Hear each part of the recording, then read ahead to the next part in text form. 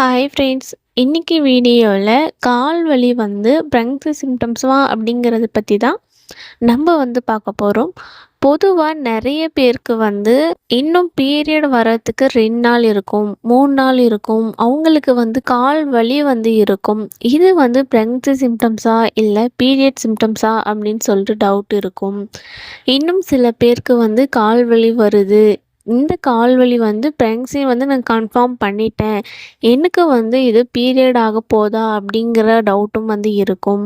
அந்த மாதிரி கொஷின் எல்லாமே இருக்கும். இந்த கால் வலி எதனால் வருது, அது பீரியட் சிம்டம்ஸா இல்லை பிரெக்னன்சி சிம்டம்ஸா, இந்த சிம்டம்ஸ் அக்யூரேட்டாக உங்களுடைய பிரெக்னன்சியை உறுதி பண்ணுமா அப்படிங்கிற பற்றின முழு டீட்டெயில்டான வீடியோ தான் இந்த வீடியோ. ஸோ வீடியோவை ஸ்கிப் பண்ணாமல் கடைசி வரைக்கும் பாருங்கள். அப்போ தான் உங்களுக்கு தெளிவான புரிதல் கிடைக்கும். வீடியோக்குள்ளே போகிறதுக்கு முன்னாடி இந்த வீடியோக்கு ஒரு லைக் கொடுத்துட்டு ஹை பட்டன் பண்ணிடுங்க. வாங்க வீடியோக்குள்ளே போகலாம். ப்ரெக்னன்சி சிம்டம்ஸ் சொல்லி நிறைய இருக்குது. அதில் இந்த கால் வலி ஒன்றா அப்படின்னு சொல்லி கேட்டிங்கன்னா மெஜாரிட்டி இருக்கிறதுக்கு வாய்ப்புகள் இருக்குது. அதிகப்படியான பெண்களுக்கு இந்த கால் வலி இருக்கிறது கிடையாது. ஏதோ ஒரு சில பெண்களுக்கு தான் இருக்கும். உங்களுக்கு ஒவ்வொரு மந்த்துமே பீரியட் ஆகிறதுக்கும் சரி, ப்ரெக்னன்சி கன்ஃபார்ம் பண்ணிட்டீங்கனாலும் சரி, இந்த கால் வலி வருது அப்படிங்கிறது இயல்பு. நிறைய பேருக்கு இந்த கால் வலி லெஃப்ட் சைடு மட்டும் வலிக்கும். சில பேருக்கு 2 காலுமே சேர்ந்து வலிக்கும். சிலருக்கு அந்த லெஃப்ட் சைடு ஜெஸ்ட்டும், அதாவது அந்த லெஃப்ட் சைடு முட்டிக்கால் மட்டும் வலிக்கும். ரொம்ப குடைச்சலாக இருக்கிற மாதிரி இருக்கும். இந்த மாதிரியான சிம்டம்ஸ் உங்களுக்கு ப்ரெக்னன்சிலையும் இருக்கும், அதே மாதிரி பீரியட்ஸுக்கும் இருக்கும். நீங்கள் பீரியடாக போகிறதுக்கு ஒரு 3 டேஸ்க்கு முன்னாடியே இந்த கால் வலி ஆரம்பிக்கிறதுக்கு வாய்ப்புகள் இருக்குது. இது ப்ரெக்னன்சி சிம்டம்ஸா அப்படின்னு சொல்லி கேட்டிங்கன்னா 50% ப்ரெக்னன்சி சிம்டம் தான். ஆனால் அதே நேரத்தில் 50% பீரியட் சிம்டம்ஸாகவும் இருக்கலாம். பொதுவாக நிறைய பெண்களுக்கு நீங்கள் பீரியட் ஆகிறதுக்கு ஒரு 3-4 டேஸ்க்கு முன்னாடி கால் குடைச்சல் அதிகமாக இருக்கும். அதாவது அந்த கால் முட்டிக்கால் இல்லை அப்படின்னா முட்டிக்காலுக்கு கீழே இருக்கக்கூடிய கால் பகுதி பேக் சைடில் வலிக்கிறது, தொடை ஃபுல்லாக வலிக்கிறது, இந்த மாதிரியான வலிகள் இருக்கிறதுக்கு நிறைய வாய்ப்புகள் இருக்குது. இதே மாதிரி சேம் ப்ரெக்னன்சிலையும் இருக்கிறதுக்கும் நிறைய வாய்ப்புகள் இருக்குது. நிறைய பெண்கள் ப்ரெக்னன்சியில் இந்த கால் வலி அனுபவித்து இருப்பாங்க. இந்த கால் வலி அவங்களுடைய ப்ரெக்னன்சி ஜேர்னியில் அவங்க டெலிவரி ஆகிற வரைக்குமே இந்த கால் வலி வரதுக்கான வாய்ப்புகள் இருக்குது. இதோடைய விளைவாக தான் உங்களுக்கு 8-7வது மாதத்துக்குள்ள அதுக்கப்புறம் உங்களுக்கு கால் வீக்கம் ஆகிறது, அந்த கால் பகுதி ரொம்ப ரெண்டுமே காலுமே ரொம்ப திடீர்னு உங்களால் நடக்கவே முடியாத போயிடும். இந்த மாதிரியான சுச்சுவேஷன்லாம் இருக்கும். இது எதனால் ஏற்படுது அப்படின்னு சொல்லி பார்த்தீங்கன்னா ப்ரொஜெஸ்டரான் ஹார்மோன் இன்க்ரீஸ் ஆகிறதுனால தான் ஏற்படும். உங்களுக்கு இப்போது பீரியடாக போகிறீங்க அப்படின்னா ப்ரொஜெஸ்டரான் ஹார்மோன் பர்டிகுலர் ரேஷியோவில் இன்க்ரீஸ் ஆகிட்டே இருக்கும் ஆஃப்டர் ஓவுலேஷனுக்கு அப்புறம்.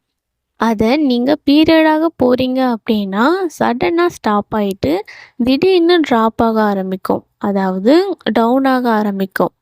அப்படி டவுன் ஆக ஆரம்பிக்கும் பொழுது உங்களுக்கு இன்க்ரீஸ் ஆன அந்த விளைவாக தான் உங்களுக்கு கால் குடைச்சல் ஏற்படும். திரும்பி அது டிக்ரீஸ் ஆகும் பொழுது உங்களுக்கு கால் குடைச்சல் ஏற்படும்.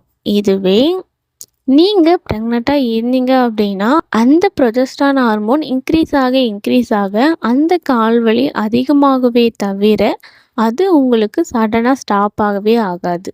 இப்போது உங்களுக்கு பீரியட் டேட் வரைக்குமே வந்துடுச்சு, அன்னைக்குமே உங்களுக்கு கால் வலி இருக்குது, இல்லை பீரியட் தள்ளி போய் 2 நாள் ஆயிடுச்சு அப்படின்னா கால் வலி போயிடுது அப்படின்னா ப்ரெக்னன்சி சிம்டம்ஸாக இருக்குமா அப்படின்னு சொல்லிட்டு கேட்டிங்கன்னா அது இருக்கிறதுக்கு 100% வாய்ப்பு இருக்குது. எப்படி நான் சொல்கிறேன் அப்படின்னா அந்த கால் வலி நார்மலாக எல்லா சைக்கிள்லேயுமே இருந்தது அப்படிங்கிற பட்சத்தில் நீங்கள் பீரியட் ஆகக்கூடிய அந்த நாள் வரைக்குமே இருக்கும். இருந்துட்டு 2 நாள் வரைக்குமே தள்ளிடுச்சு.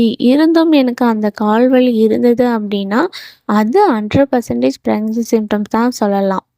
அப்படி உங்களுக்கு பீரியடாக போகிறதா இருந்துச்சுன்னா, பீரியட் டேட் அன்னைக்கே உங்களுக்கு பீரியட் ஆயிரும்.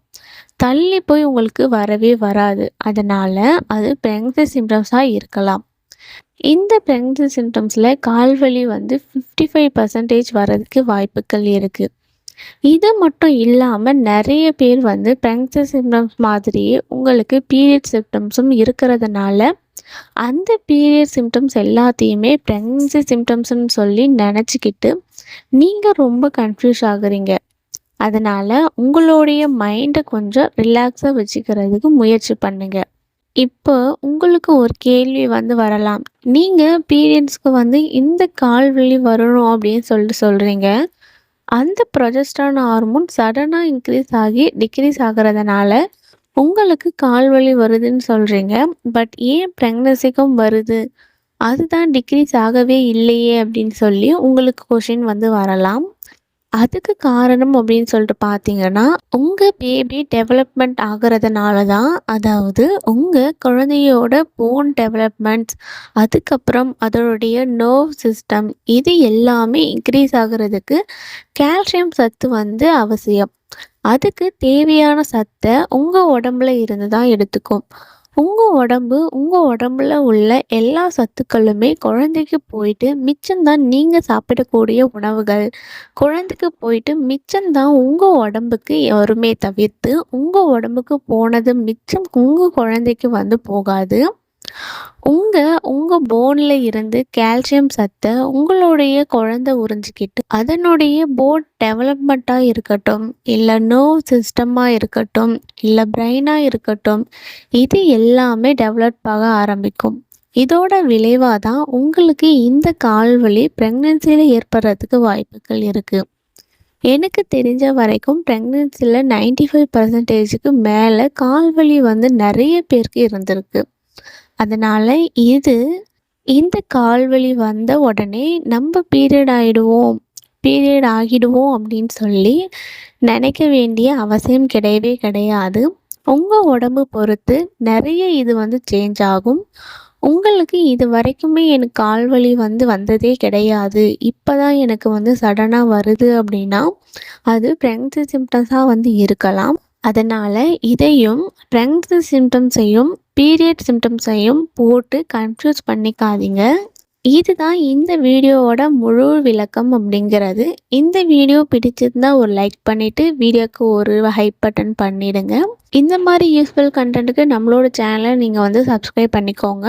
இந்த வீடியோவை கடைசி வரைக்கும் முழுமையாக பார்த்தமைக்காக அனைவருக்கும் மிக்க நன்றி.